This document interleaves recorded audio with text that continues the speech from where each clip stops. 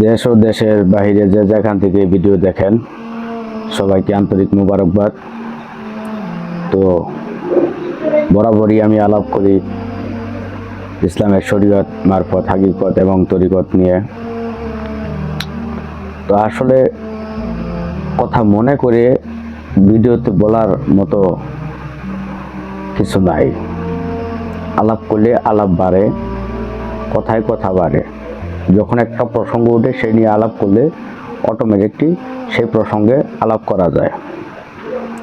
কিন্তু শরীয়ত নিয়ে একটা লিপিবদ্ধ করে ওই বিষয়ে অনেকক্ষণ আলাপ করা যায়, কিন্তু মারফত নিয়ে এটা লিপিবদ্ধ করে আলাপ করার মতো কিছু নাই। আকার ইঙ্গিত বেশে বোঝানো হয়। তরিকতের ব্যাপারটাও একই, হাকিকতের ব্যাপারটাও একই। হাকিকত কি, তরিকত কি, এ নিয়ে আমিও পূর্বে বিস্তারিত আলাপ করছি অনেক ভিডিওতে। তো আজকে একটা বিষয় আলাপ করতেই হয়, তা হচ্ছে আপনি শরীয়ত মানেন, মারফত মানেন, হাকিকত মানেন, তরিকত মানেন, যা কিছুই মানেন, সবার আগে আপনার আত্মশুদ্ধি করতে হবে। আত্মাকে পরিশুদ্ধ করতে হবে। নিজের ভিতর থেকে সকল খারাপ নাপাকি দূর করতে হবে। আমি কোন দিকে ইঙ্গিত দিতেছি আশা করি বুঝতে পারতেছেন। না বুঝলে জানাইবেন, আর ভিডিওটা বেশি বেশি শেয়ার করবেন, যাতে আমার আপনার মতো মারফত ক্ষুধার্তওয়ালার কাছে পৌঁছায়। তো একটা ঘটনা বলি। কোনো এক সাহাবী হযরত মুহাম্মদ সাল্লাল্লাহু আলাইহি ওয়াসাল্লামের কাছে একদিন বলছেন, ইয়া রাসূলুল্লাহ, আমি এমন এক প্রতিবেশীকে দেখছি, মহিলা প্রতিবেশীকে দেখছি, যে কিনা খুব আবেদ, আমল করে, সর্বক্ষণ আমল করে, জিকির আজগারে মগ্ন থাকে, কিন্তু তার প্রতিবেশীদের সাথে সম্পর্ক ভালো না, সবসময় ঝগড়া ফেসাদে লিপ্ত থাকে, বা 19-20 হলেই প্রতিবেশীর সাথে দুর্ব্যবহার, পথযাত্রীর সাথে দুর্ব্যবহার এরকম করে। আল্লাহ রাসূল বলছেন যে যতই আমল করুক, যদি সে প্রতিবেশীর সাথে বা মানুষের সাথে ভালো ব্যবহার না করে, এই আমল কোনো কাজে দিবে না। আবার ঠিক আরেকটা প্রতিবেশীর কথা বলছে সাহাবী, উনি তেমন একটা আমল করে না, বেসিক্যালি যে সমস্ত ফরজ ইবাদত আছে এই সমস্ত আমল করে, কিন্তু সমাজে মহল্লায় তার খুব সুনাম, সে একটা অমাহিক লোক, নরম হৃদয়ের লোক, মানুষের সাথে সখ্যতা সম্পর্ক ভালো, পথিকদের সাথে মায়া মমতা দিয়ে মহব্বত করে, আগন্তককে সাহায্য করে, ভিখারিকে সাহায্য করে, এরকম গুণ আছে তার। আল্লাহ রাসূল বলছেন যদিও তার আমল কম, কিন্তু প্রতিবেশীর সাথে সখ্যতা ভালো, পথিকদের সাথে মানুষের সাথে সম্পর্ক ভালো, তার কোমল হৃদয়, আল্লাহ তাআলা তার ছোট আমলকে বড় করে দিবেন, তার নাজাতের জন্য উহাই যথেষ্ট, এরকম কিছু বলছেন। তো আমার এই কথার উদ্দেশ্য হইতেছে, আপনি বুঝেন, আমরা সমাজে আছি, শরীয়ত করি, প্রচুর আমল করি, আবেদ হওয়ার চেষ্টা করি, কিন্তু খেয়াল করবেন মনের মধ্যে সারাক্ষণ কুচিন্তা, কুধারণা, কুবুদ্ধি ঘুরপাক খাইতে থাকে।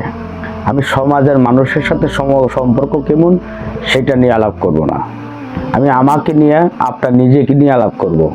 এখন আপনার সম্পর্ক আপনার মানুষের সাথে কেমন সেটা আপনি নির্ণয় করবেন। অবশ্যই সমাজের মানুষের সাথে সম্পর্ক খারাপ রাখা ভালো না, এটা আপনারা জানেন, কিন্তু আপনার আমি নিজেকে নিয়ে কথা বলবো, যে আপনার মন, কাল, চিন্তা যদি কুদিকে থাকে, খারাপ দিকে থাকে, তাহলে আপনার আমলগুলো আস্তে আস্তে আস্তে আস্তে কাটা যাবে। আপনি যে শরিয়ায় আমলগুলা করেন, জাহিরি আমল করেন, বাতিনি আমল করেন, এই আমলগুলো মোচন হয়ে যাবে। তো আমল যদিও কম করেন, সবচেয়ে বড় ইম্পর্টেন্ট হইতেছে একটা ভালো মনের মানুষ হওয়া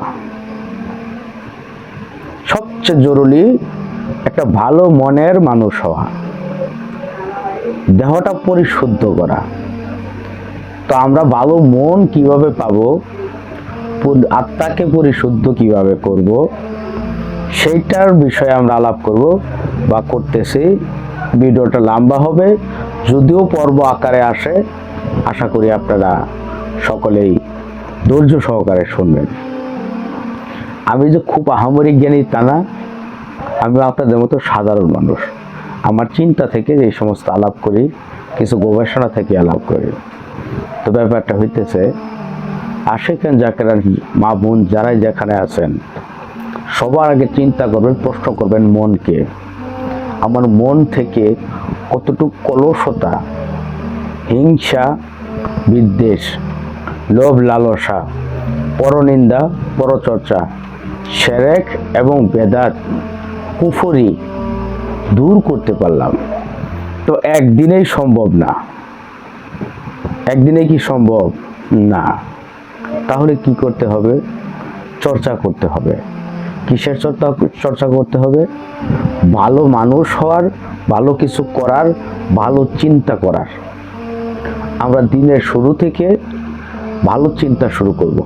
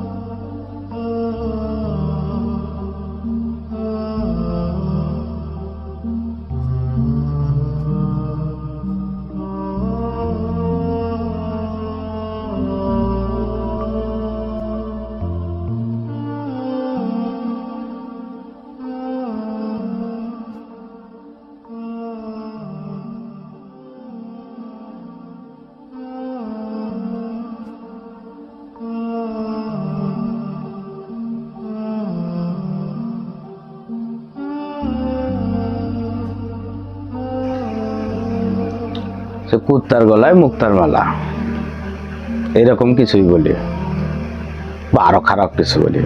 তো আমার কথাগুলো ওই দিকে না। তো আমার কথা হইতেছে খুব সহজ সরল। মনটাকে আপনি সহজ সরল করবেন, চিন্তাধারা সহজ সরল করবেন। এই ঈর্ষাটা দূর করতে হবে। আর এই যে লোভটা, যে আরেকজনের গলায় আমি এটা দেখলাম, আরেকজনের পাড়া প্রতিবেশী ভালো পড়তেছে, ভালো খাইতেছে, হ্যাঁ, এই খাওয়াটা পড়াটা আমি দেখতে পারতেছি না, এটা হচ্ছে লোভ বা হিংসা। ও আমার লগে এরকম খুব করতেছে, ও আমার দেখে এরকম করতেছে, ও বুঝে আমার নিয়ে সমালোচনা করতেছে, এই করতেছে, এই করতেছে। সারাক্ষণ চিন্তা প্রতিবেশীর নিয়ে, বা সাথের কলিগরে নিয়ে, বা সাথের মহিলারে নিয়ে, সাথের পুরুষরে নিয়ে। এটা হচ্ছে গিয়া হিংসা। ঈর্ষা কোনটা, হিংসা কোনটা বুঝতে হবে। লোভ কোনটা, লালসা কোনটা। লালসা হচ্ছে তার সম্পদ কিভাবে আমার ঘরে আসবে, তার ফন্দি ফিকির করা, এটা হচ্ছে লালসা।